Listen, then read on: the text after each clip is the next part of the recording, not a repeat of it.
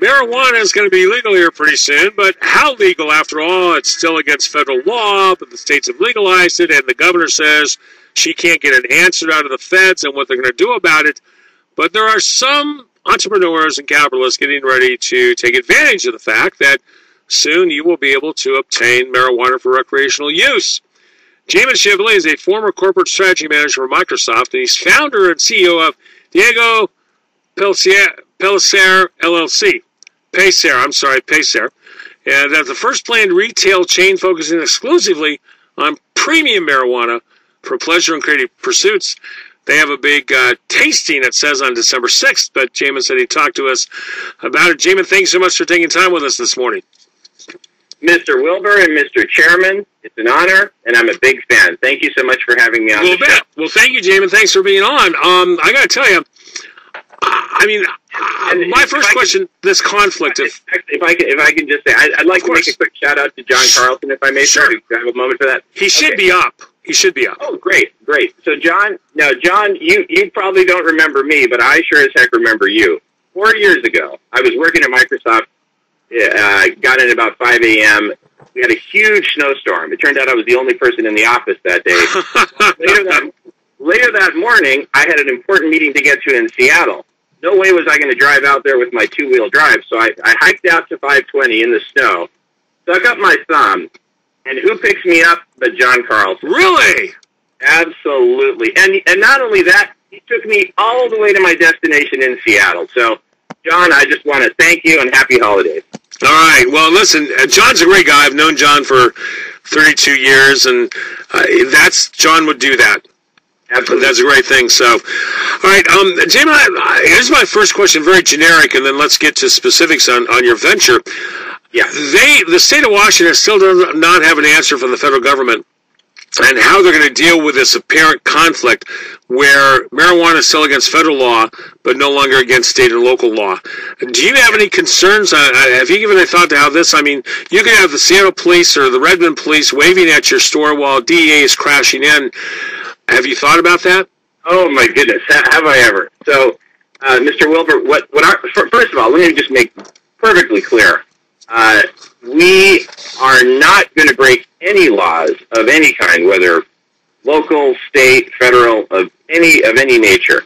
And so we will actually not open a single retail establishment or open for business, regardless of what Washington state law. They give us the green light and everything. Here's your license. Go for it. We will actually not open our doors until it's 100% legal. And it's not only for our own protection, it's for the protection of our customers. Right. So are you thinking that it would take congressional action, or are you waiting for the feds to give the green light to Washington to operate? If you know what I mean. If the feds say, state law is fine, go ahead and do it, without an act of Congress, without some kind of federal action, would that be enough? I really don't know. I'm okay. Not a lawyer and not an expert in these matters, but me neither. But I am a student of history, and I do know that there is a trend here, and it's very clear. This is a populist issue. The majority of the American people want it to be decriminalized, right? Not put it in grocery stores and have at it, but decriminalized and controlled as a controlled substance, which is what it should be, and better still, taxed heavily. I am 100% in favor of the taxes. Tax it as high as you want, because you know what? That's going to put it out of reach of the younger folks, even folks in their 20s. I think 21 is way too young to be consuming, but that's my personal opinion. And that's exactly why we're focusing on the premium market. Ours is going to be expensive stuff. Think the Neiman Marcus of marijuana. Yeah, I mentioned the Victoria's Secret called Victoria's Weed or something. The high end stuff. Although never having touched it, I have no idea what premium stuff really is. I would assume there's grades just like of tobacco and liquor, that there are premium grades and average grades and that kind of thing.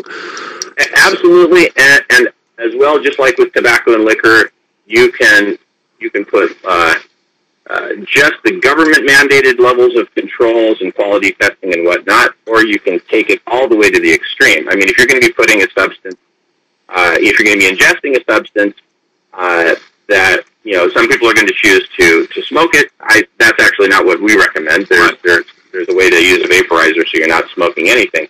But if you're going to be doing that, you should be absolutely sure that you're getting the absolute best quality. So we're going to be Six Sigma quality control, and that's going to cost some money. And of course, if that's going to raise the price of the product. But again, I think it should be a high-priced product to be consumed in moderation, to be savored like a fine brandy or a fine cigar. Like no one's going to go out and get wasted on an expensive bottle of brandy.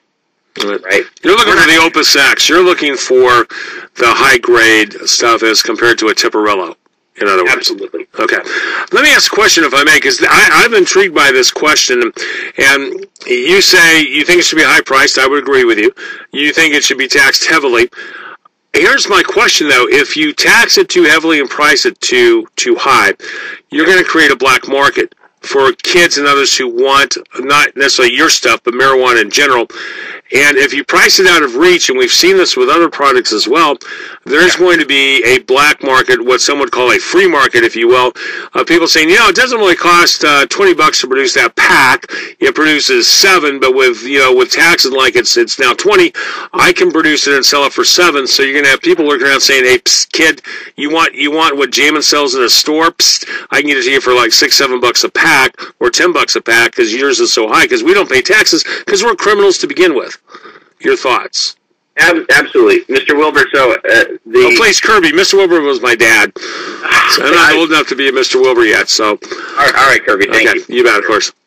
So, if you look at it from the standpoint of free market economics, economic theory says exactly what you're saying. You're absolutely right. However, if we look at actual track record history, as opposed to economic theory, what's the case with alcohol? A 6-pack of quality beer is going to cost you $9 in the store with taxes and everything right out the door.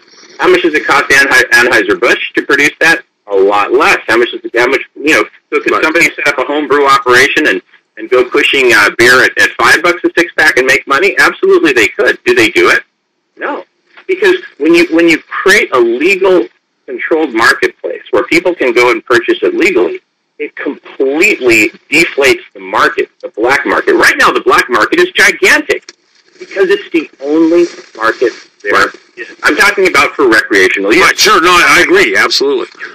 Yeah, I'm not talking about medicinal. Medicinal is a whole different thing. Yeah. Just like some hospitals, emergency rooms will keep a secret, private, a well-locked stash of cocaine.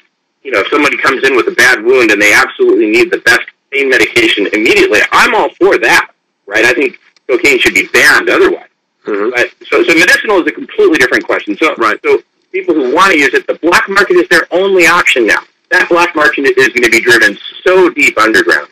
And I think we should have very stiff penalties for breaking the law.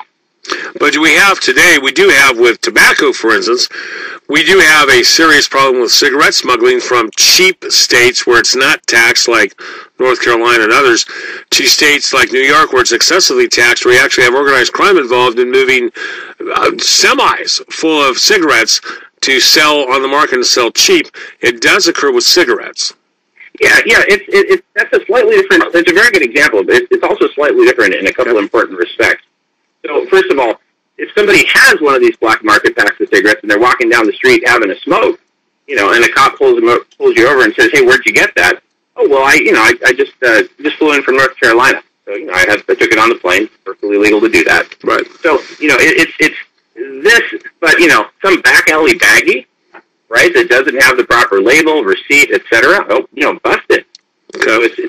So that's my view on that. Now, is your vision for chain stores like 7-Elevens or, TJ Maxx or Macy's, where you'll have a retail chain around the state of people that know by name and by brand that you have quality and that they can be assured when they purchase this in your store they're getting their money's worth?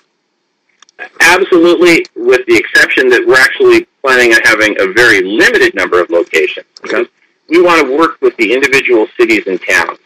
And if a given city or town doesn't want us there, we're going to talk with the city council, mayor, chief of police. Is this something that you actually want in your community? Because if you don't want it, we absolutely don't want to be there. Mm-hmm. On the other hand, there's going to be a lot of towns that do want it. For one thing, it's going to bring in a lot of tourism, taxes, economies of agglomeration. There's going to be a lot of benefits to the local economy. Now, again, you're aiming toward a certain high income, almost professional demographic, as opposed to the 70-year-old kid that we always stereotype with having smoked a lot of weed. So what you're going to sell to communities is that you're not going to have the 16, 17-year-olds. You're going to have professionals that happen to partake, and this is a place they can come and buy a product of quality and high price and be assured they're getting the money's worth. So you're going to be appealing to a certain demographic, not just pot smokers, but quality pot smokers.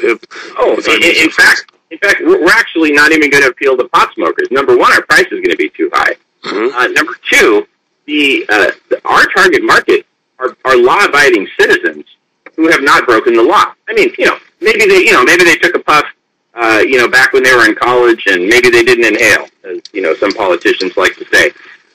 But for the most part, these are law-abiding citizens, and so they're going to be first-time users. It's a whole different market, and so we're going to focus on educating them, making sure that it's sold in small portions, and telling them this is how to do it. Now, make sure if you're going to consume this, pass your keys to somebody. Make sure you don't have anything for which you actually need to be responsible in the next 5 hours. The kids are taken care of. You're at home or you're at a friend's house where they can drive you home. Situations like that. So there's a lot of education to be doing. The people who are already using it, they already know all this stuff, mm-hmm. right? And so they're not going to go in and pay a premium price for a premium product to get a premium education. So they're going to be the last people to set foot in our store. Okay. Now you have this event coming up. One more question, we'll let you go. On December 6th, which is, I believe, Thursday, correct? Yeah. Yeah, 6th. Yeah. You're having a media presentation and a tasting in Bellevue at 5327 140th Northeast, which I think is up in Bridle Trails or close to it, right north of downtown Bellevue. Yeah, I'd appreciate it if you wouldn't shout out the specific location because we don't want a bunch of protesters. I'm sorry, it was on the press release. I won't mention it again. I'm sorry. Okay, no. It's in Redmond, close to the Microsoft campus. Go that direction. And a tasting is it going to be legal? I mean, I assume tasting means that you're sampling different quality blends of the weed. Okay, now I'm gonna ask for a kitchen pass here for a moment, Kirby, because I want to be very careful what I say. Sure, I understand. But what I want to mention is actually there's going to be two events. One's going to be Thursday afternoon. The other's going to be midnight on Wednesday night. On the moment it becomes legal, Alan Valdez, one of the floor managers for the New York Stock Exchange, is flying out that day. He wants to commemorate this. I mean, the whole country is looking at Washington State right now, mm-hmm. and including Wall Street. He is going to ring the bell, the opening bell, for commemorating the end of Prohibition in the state of Washington. And I understand from my representative in New York that the national media is interested in covering this, CNN, CBS, the NBC. So we're actually having two events. Midnight Wednesday night, we'll have live TV crews there and whatnot. Love to have you there, Kirby. And then the following day, a more lengthy presentation. Okay. Now, I won't blurt out the address again, but is this the address that we have on the press release or where it's going to be? You've got the right address. So that's just for the okay, all right, I won't blurt it out again. I apologize. I just read what was on the press release. Okay, so... No, it was my bad. It was my bad for not making that clear. So you're fine. You're fine. All right. Jamen Shively, thanks so much. We'll be looking forward to this as the story continues to develop because I think there are a lot of interesting angles, if you will, here, and a lot of laws to straighten out, a lot of things to straighten out, but entrepreneurs in the free market rise. So I will be in touch. I'll be filling in for John from time to time. We'll get a chance to talk again, and we'll follow the progress. And who knows? Maybe I'll show up. I've got the address. I may be there. That's your service, Kirby. Thanks so much, sir. Thank you so much. Jamen Shively, who's first entrepreneur to figure out how to make money off legal marijuana, if it's legal. 8:48, we're